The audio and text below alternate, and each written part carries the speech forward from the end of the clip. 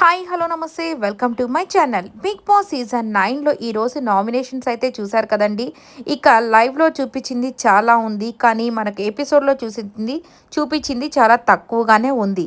కానీ ఈ నామినేషన్స్ ఎంత ఫైర్గా ఉండాలి అని బిగ్ బాస్ చెప్పాడో అంతకు మించిన ఫన్ అయితే జరిగిపోయిందనే చెప్పాలి. సో ఫస్ట్ బర్నీ గారి నుంచే స్టార్ట్ అయిపోయింది. బర్నీ గారు ఆ టాబ్లెట్స్ విషయంలో సంజనా గారిని ఏదో చెయ్యాలని చాలా ఫైర్ చూపించినట్టు అనిపించింది. అనవసరంగా అక్కడ అనిపించింది. ఎందుకంటే అక్కడ ఆమె ఆల్రెడీ చెప్పింది, నేను ఈరోజు ఒక ఫన్ అయితే చేస్తున్నాను భరణి అన్న అని చెప్పింది. సరే టాబ్లెట్స్ కూడా తీసుకునేది, నేనైతే కాదు అనను. ఆయన అది టాబ్లెట్స్ అనేవి ఆయనకి ఒక ఎమోషనల్గానో లేకపోతే ఆయనకి ఒక స్ట్రెంగ్త్ ఇచ్చేటివో ఆయనకి ఇంపార్టెంట్ అయినటివే కాదు అని కూడా నేను చెప్పట్లేదు. సరే ఇప్పుడు ఆమె అక్కడ కొన్ని టాబ్లెట్స్ నైట్కి కావాల్సిన టాబ్లెట్స్ అక్కడ పెట్టే తీసుకునింది. తీసుకున్న తర్వాత కూడా ఆమె అని తెలుసు అందరికీ. ఇక నువ్వు పెట్టేసేయమ్మా అని ఆయన కూడా చెప్పాడు. సరే అన్న, నేనేదో క్యాజువల్గా అంటే మిమ్మల్ని ఏడిపించడానికి తీసుకున్నాను, ఇది ఇంత సీన్ అవుతుందని నాకు అర్థమైపోయిన తర్వాత ఇక ఇచ్చేస్తున్నానని చెప్పింది కదా. ఇక ఈ వారమంతా దాని గురించి అసలు ఆయన ఏమీ మాట్లాడలేదు. ఆమెతో కూడా చాలా చక్కగా మాట్లాడాడు. నేనేమన్నా అన్నానమ్మా నిన్ను, వాళ్ళంతా దాని గురించి తగాదా పడినా నేనైతే నిన్నేమనలేదు కదా సంజు పాప అన్నట్టుగా ఏదో అన్నాడు. కానీ ఈరోజు నామినేషన్స్లో ఆమె అంత క్లియర్గా చెప్తుంది, అన్న నేను ఫన్ చేస్తున్నానని చెప్పే కదన్నా చేశాను అంటే, నా టాబ్లెట్స్ మీద నాకే ఫన్ అంటే ఆయన టాబ్లెట్స్ తీసుకొని ఆయన మీద ఫన్ చేయక వేరే వాళ్ళ మీద అయితే చేయలేరు కదా.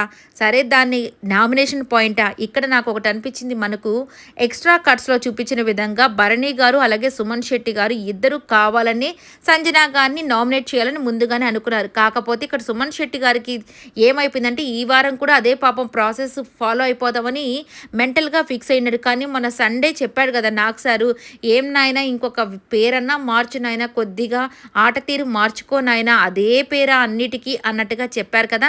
ఇక దాంతో అన్నా నేను మళ్ళీ అదే పేరుని పెట్టి చేస్తే బాగుండదేమోనన్నా అని అక్కడ చెప్తుంటాడు చాలా చిన్నగా. అప్పుడు భరణి గారు ఏం చెప్తారు, మనకి ఎవరు మనం సేఫ్గా ఉండాలంటే ఎవరిని చేస్తే మనం సేవ్ అవుతామో వాళ్ళని చూసి ఆలోచించి పాయింట్స్ ఏదో ఒకటి పెట్టి చేసేసాయి, సో వాళ్ళు ఉంటే మనం సేవ్ అవుతాము అని చెప్పేసి సంజనా గారిని చూపించాడు. తర్వాత ఈయన ఈ విషయం చెప్పిన తర్వాత సరే చూసుకొని జాగ్రత్తగా ఏదైనా పాయింట్స్ పెట్టి వేరే వాళ్ళని చెయ్యి, నువ్వు సేఫ్గా ఉండేటట్టని వీళ్ళిద్దరూ మాట్లాడుకుంటారు. సో కాబట్టి కావాలనే భరణి గారు సంజనా గారు చేశారేమోనని నాకైతే అనిపించింది.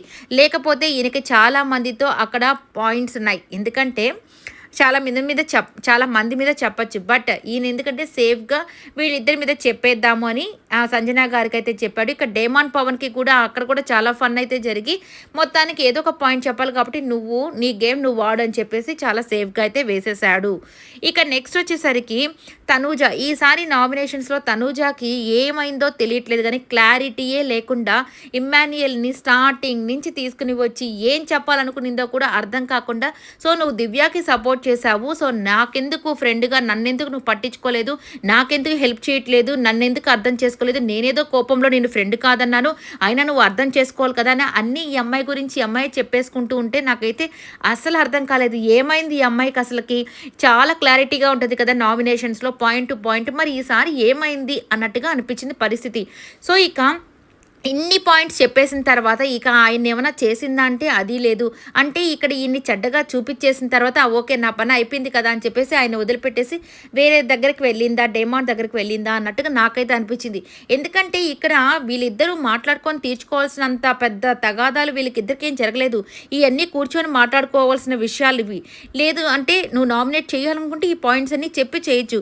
అదీ కాక ఇది కాక అసలు అక్కడ ఏం చేసింది అనేది నాకైతే నిజంగా ఈసారి తనూజ అస్సలు అర్థం కాలేదు. మధ్యలో ఏడుస్తుంది, మధ్యలో హైప్ అయిపోతుంది, మధ్యలో లో అయిపోతుంది. అస్సలు ఎందుకు ఇంత కన్ఫ్యూజ్ అయిపోయింది అనేది అర్థం కాలేదు. ఇక డేమాన్ దగ్గరకు వచ్చేసరికి కూడా మళ్ళీ రీతు విషయాలు అక్కడికి తీసుకొని వచ్చి అసలు చాలా గందరగోళాన్ని క్రియేట్ చేసిందని అనిపిస్తుంది. ఇక నెక్స్ట్ వచ్చేసరికి డేమాన్ పవన్ కూడా ఏం చేశాడండి, ఫస్ట్ తనూజ దగ్గరికి వెళ్ళాడు. తనూజతో చాలా కూల్గా మాట్లాడుతుంటే తనూజ అక్కడ కూడా ఎన్ని ఫ్లిప్ అయిపోయిందంటే అసలు అతను చెప్పే పాయింట్కి ఒక్క దానికి కూడా రెస్పాన్స్ సరిగా ఇవ్వక ఏదేదో చెప్పేసి అక్కడ మళ్ళీ రీతుని డెమోని, నువ్వు రీతు కోసం వచ్చావా లేకపోతే ఆమె కోసం వచ్చావా, ఆమె గేమ్ని అంటే ఆమెని గేమ్లో ఉంచడానికి వచ్చావా, ఆమె గేమ్లో నుంచి ఎవరు తీసేయకుండా ఆమెకి నువ్వు ప్రొటెక్షనా లేకపోతే నీ కోసం నువ్వు వాడు అని చెప్పి ఇక్కడ కూడా అస్సలుకి ఆయన్ని మాట్లాడనీయకుండా ఏదేదో పాయింట్స్ చెప్పేసింది. అబ్బా నిజంగా ఈరోజు చాలా కన్ఫ్యూజన్ని ఆమె క్రియేట్ చేసుకునింది, మనకు క్రియేట్ చేసినట్టు అనిపించింది. చాలా హైప్ అయిపోయి దాని తర్వాత ఏడుస్తూ కూర్చొని మా అమ్మ కూడా బాధపడి ఉంటుందేమో, నేను ఇంట్లో గట్టి గట్టిగా అరిచేసాను, నేనేమైనా చేసింది తప్ప అన్నట్టుగా మాట్లాడుకుంటూ ఉంటుంది చూడండి. అబ్బా! నిజంగా అనకూడదు కానీ ఇది మాత్రం రియల్‌గా చాలా రోజుల తర్వాత నాకు ఒక డ్రామా చూసినట్టు అనిపించిందండి నిజంగా. ఇక నెక్స్ట్ వచ్చేసరికి డేమాన్ వచ్చేసి ఇమ్మాన్యుయల్‌ని నామినేట్ చేద్దామని ఇమ్మాన్యుయల్ అన్న అని చెప్తాడు. అక్కడ కూడా అన్న నాకేం పాయింట్స్ లేవు. నువ్వు నన్ను చేసావు కదా! నేను నిన్ను చేసేస్తాను అని చెప్తాడు. ఒరేయ్ ఏంట్రా అని చెప్పేసి ఇమ్మాన్యుయల్ అడగగానే ఇమ్మాన్యుయల్ ఎందుకో నామినేషన్స్‌కి ఇంకా భయపడుతున్నట్టే నాకైతే అనిపించిందండి. సరే ఏదైనా కానీ ఏం పాయింట్స్ లేకపోయినా నన్ను చేస్తున్నావా? సరే చేసేసేయని గట్టిగా చెప్పేసి నామినేషన్స్‌లోకి వచ్చుంటే బాగుండేది. ఎందుకంటే ఈ అబ్బాయికి ఇప్పటికి కూడా అర్థం కావట్లేదు. నామినేషన్స్‌లో ఉండకపోతే తను టాప్ 5 దాకా ఒకవేళ ఎట్లాగోగా వెళ్తాడు. కానీ విన్నర్ రేస్‌లోకి అయితే రాడు అన్న విషయం అర్థం చేసుకోలేక భయపడి వెనక్కి వెళ్ళిపోతున్నాడేమోనని నాకైతే అనిపించింది. ఏదేమైనా నన్ను చేసావు కదా! ఓకే నేను ఉంటానని చెప్పేసుంటే బాగుండేది. అక్కడ కూడా డిస్కషన్ పెట్టి చెప్పురా ఏం పాయింట్స్ లేకపోతే నేనెందుకురా అన్నట్టుగా ఏదో చెప్పాడు. అందుకని వెంటనే సంజన గారికి ఏదో చెప్పి ఆ రోజు రీతుని అన్నారు కదా! నన్ను కూడా అన్నట్టే కదా! అని చెప్పి ఏదో ఒకటి ఏసేశాడు. నాకు తెలిసి ఈ సీజను స్టార్టింగ్‌లో ఏమన్నా సంజన గారు కెప్టెన్ అయినప్పుడు లేదేమో కానీ దాని తర్వాత అంతా ఇప్పటి వరకు 13 వీక్స్ అంటే 12 వీక్స్ కంపల్సరీ ఈవిడ మాత్రం ఉన్నట్టే అనిపించింది. ఇక తనూజ కూడా నాకు తెలిసి ఉన్నట్టే. వీళ్ళిద్దరే కంపల్సరీ ప్రతిసారి వస్తూ ఉన్నారని నాకైతే అనిపిస్తుంది. ఇది కూడా మంచిదే. వాళ్ళ ఓట్ బ్యాంక్ అలాగే ఉంటుంది ఎవరికీ షేర్ అవ్వకుండా. ఇక నెక్స్ట్ వచ్చేసరికి సుమన్ శెట్టి గారు చెప్పిందైతే నిజంగానండి.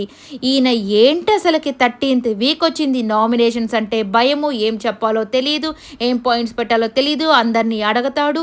అసలుకి వచ్చి డేమాన్ పవన్కి చెప్పిన పాయింట్ ఏంటండి, అంతమంది అట్లా నవ్వుతుంటే నాకు నిజంగా అయ్యో అనిపించింది. ఎందుకంటే ఇలాంటి వాళ్ళు మంచి పేరుని కూడా పోగొట్టుకొని పోతారేమోనన్న బాధ అయితే అనిపించింది. ఆయన మొహం చూస్తే అందరికీ జాలేసేది. కానీ ఆయనకి చాలా ఉందండి మనసులో. ఆయన ఏమంత అమాయకుడైతే కాదు. కానీ అక్కడ భయం కొద్దిగా ఆయనకి ఏ పాయింట్స్ చెప్తే దాన్ని ఎట్లా డిఫెండ్ చేసుకోవాలో తెలీదు. సో కొన్నైతే ఆయన మాట్లాడేయాల్సింది మాత్రం మాట్లాడేశాడు. దాని తర్వాత వాళ్ళు ఏదైనా క్వశ్చన్ అడిగితే మాత్రం చెప్పలేకపోతున్నాడు. అది ఆయన టెన్షను. అందుకని చిన్న చిన్న సింపుల్ పాయింట్స్ ఎత్తుక్కుంటాడు. ఇక్కడ కూడా డెమాన్ నీకు ఆరోగ్యం బాగలేదు, నువ్వు మాకంటే స్ట్రాంగు, నువ్వు ఇక్కడుండే బదులు మీ ఇంటికెళ్ళి పడుకుంటే బెటర్గా ఉంటుంది అని చెప్పితే నిజంగా అందరూ అక్కడ ఎట్లా నవ్వారో చూశారు కదండి. ఇకేమంటాడు రీతు దగ్గరకు వచ్చేసి, రీతు నువ్వు 2 వారాల నుంచి సేవ్ అవుతున్నావు కదా, ఈసారి నామినేషన్స్లోకి వెళ్తే బాగుంటుంది. అది కూడా కాక నీ గొంతు నాకు నచ్చట్లేదు, మీరు గొడవలు నాకు నచ్చట్లేదు. మరి మనం ఏం చేశారు? నాగార్జున గారు అడిగినప్పుడు వీళ్ళిద్దరి వల్ల మీకు ఏమన్నా ఇబ్బంది ఉంటే సరే, సంజన గారు చెప్పిన పాయింట్ కాకపోయినా వీళ్ళిద్దరు గొడవలు మాత్రం చాలా అనాయింగ్గా అనిపిస్తున్నాయి సార్, మాకు ఇరిటేటింగ్గా ఉన్నాయి సార్ అని ఒక్క మాట చెప్పునుంటే నిజంగా హౌస్ మేట్స్ అంతా ఎంత గ్రేట్గా అనిపించుండేదండి. ఎందుకంటే సంజన గారికి కొద్దిగా సపోర్టివ్గా అనిపించుండేది కదా.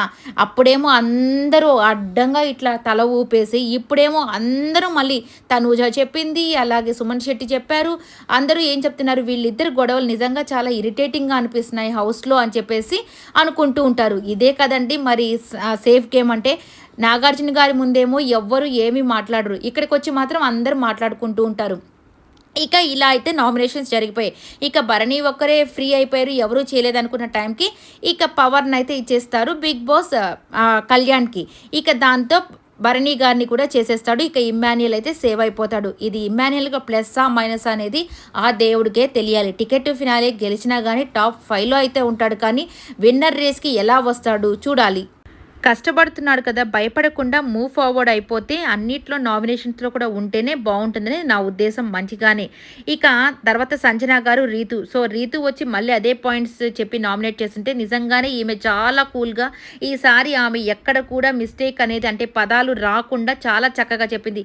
నీకు నాకు మధ్య ఏదైనా గొడవలు ఉన్నాయా, ఏదైనా మన ఇంటి తగాదాలు ఉన్నాయా, ఏమీ లేదు కదమ్మా, ఓకే దీన్ని ఇక్కడ వరకు పులి స్టాప్ పెట్టేద్దామని చెప్పేసి రీతుని నామినేట్ చేసేసి అది పులి స్టాప్ పెట్టేసి ఇద్దరూ హ్యాపీగా కౌగిలించుకుంటారు చూడండి. ఇది నాకు బెస్ట్ పార్ట్ అనిపించింది. ఎందుకంటే ఉండేది 8 మంది ఒక్కొక్కరు మొహాలు. ఇప్పుడు రీతుకు అనుకోండి, ఇక పవన్ కళ్యాణ్తో అయినా కానీ ఉంటుంది, ఇమ్మాన్యుయల్తో అయినా ఉంటుంది, తనుజాతో ఉంటుంది, అందరితో ఉంటుంది. ఇక్కడ డేమాన్ అలాగే సంజన గారు మాత్రమే అసలు సోలోగా అయిపోయినట్టు అనిపించింది. ఎందుకంటే ఇమ్మాన్యుయల్ కూడా సంజన గారితో ఉండట్లేదు, ఈయన లోకంలో అంటే ఈయన ఫ్రెండ్స్ ఈయన ఉంటున్నాడు. ఇక్కడ డేమాన్ కూడా రీతు ఫ్రెండ్గా ఉండింది, ఇక్కడ ఆమె కూడా ఇవన్నీ వచ్చేసరికి ఆమె కూడా వేరే పార్టీకి వెళ్ళిపోయింది. ఇక ఇతను ఈమె మాత్రమే సింగిల్గా ఉండిపోయారు. ఇక భరణి గారు, సుమన్ శెట్టి గారు అయితే అదొక గ్రూపు. ఇక తనుజ కూడా మళ్ళీ ఇప్పుడు నాన్న గ్రూప్లో చేరిపోయినట్టు అనిపించింది. ఎందుకంటే దివ్య లేదు కాబట్టి ఇప్పుడు ఫ్రీ అయిపోయింది, మైండ్లు అందరికీ ఫ్రీ అయిపోయాయి కాబట్టి. సో ఇప్పుడు హౌస్ అంతా ఇప్పుడు మళ్ళీ కలిసిపోయినందుకు నిజంగా నాకైతే హ్యాపీగా అనిపించింది. ఆమెకు కూడా కొంచెం మనసుకు ప్రశాంతంగా అయితే ఉంటుంది. ఇద్దరు ఇంతటితో స్టాప్ అమ్మా అనుకొని ఇద్దరు అయితే కౌగులించుకున్నారు. ఇది సూపర్ అనిపించింది, హ్యాపీ ఎండింగ్ లాగా అనిపించింది. ఇక రేపు టికెట్ టు ఫినాలే అయితే జరుగుతుంది కదా, ఆ గేమ్స్ అయితే జరుగుతాయి. ఇవి రోజుకి 2 జరుగుతాయి. సో ఒక ఫస్ట్ రౌండ్లో ముగ్గురిని పెట్టారు కదా, సెకండ్ రౌండ్లో ఇద్దరినైనా పెట్టచ్చు, ముగ్గురినైనా పెట్టచ్చు. బట్ ఫస్ట్ రౌండ్ వచ్చేసి మెంటల్ గేమ్ లాగా, అంటే ఫిజికల్ గేమ్సే కాదు మెంటల్ గేమ్స్ అయినా ఉండొచ్చు. ఏదన్నా ఇప్పుడు మ్యాథమెటిక్స్ అని, అంటే అందరూ ఫిజికల్ ఆడలేరు కాబట్టి మేబీ 2 విధాలుగా ఉండొచ్చు గేమ్స్. సో ఇప్పుడు ఫస్ట్ గేమ్లో వచ్చేసి నాకు తెలిసిన ఇన్ఫర్మేషన్ ప్రకారం ఇమ్మాన్యుయల్ అయితే గెలిచాడంట. దీంట్లో ఇమ్మాన్యుయల్, పవన్ కళ్యాణ్, రీతు అయితే పార్టిసిపేట్ చేశారు కదా. ఇక ఆ మ్యాథ్స్ గేమ్లో ఇమ్మాన్యుయల్ చాలా చురుకుగా పరిగెత్తి ఆ పేపర్స్ని తీసుకొని ఆన్సర్స్ అయితే చెప్పేశాడు. కాబట్టి ఇమ్మాన్యుయల్ ఫస్ట్ టాస్క్ విన్నర్ అని అర్థమైపోతుంది. సో ఇక చూడాలి మరి విన్నర్స్ అందరికీ లాస్ట్లో మళ్ళీ ఒక గేమ్ అయితే ఉండి దాంట్లో సెలెక్ట్ చేసి వాళ్ళకి టికెట్ టు ఫినాలే ఇస్తారా, లేదంటే ఒక్కొక్క గేమ్ని ఎలా డిసైడ్ చేస్తారా అనేది చూడాల్సి ఉంది. నిజంగానే ఇమ్మాన్యుయల్ ఆల్ రౌండర్ అని చెప్పడంలో సందేహమే లేదండి. అన్ని విషయాల్లో చాలా చురుగ్గా ఉంటాడు. ఎందుకో నామినేషన్ దగ్గరకు వచ్చేసరికి కొద్దిగా వెనుకుతున్నాడేమోనని అనిపించింది. ఇక ఇంకొక విషయం ఏంటంటే లైవ్లో కొన్ని విషయాలు అయితే జరిగాయంట. నేను నా వీడియోలో చెప్తానని చెప్పాను నైట్కి, కానీ అవి ఇంకా క్లారిటీ రాలేదు. మనకి ఎపిసోడ్లో కూడా చూపించలేదు కాబట్టి క్లారిటీ తీసుకున్న తర్వాతే షేర్ చేసుకుంటానండి. ఐ హోప్ ఈ వీడియో మీకు నచ్చినట్లయితే లైక్ చేయండి, షేర్ చేయండి, కమెంట్ చేయండి, సబ్స్క్రైబ్ చేసుకోవడం మర్చిపోకండి. Thank you so much for watching. Bye bye.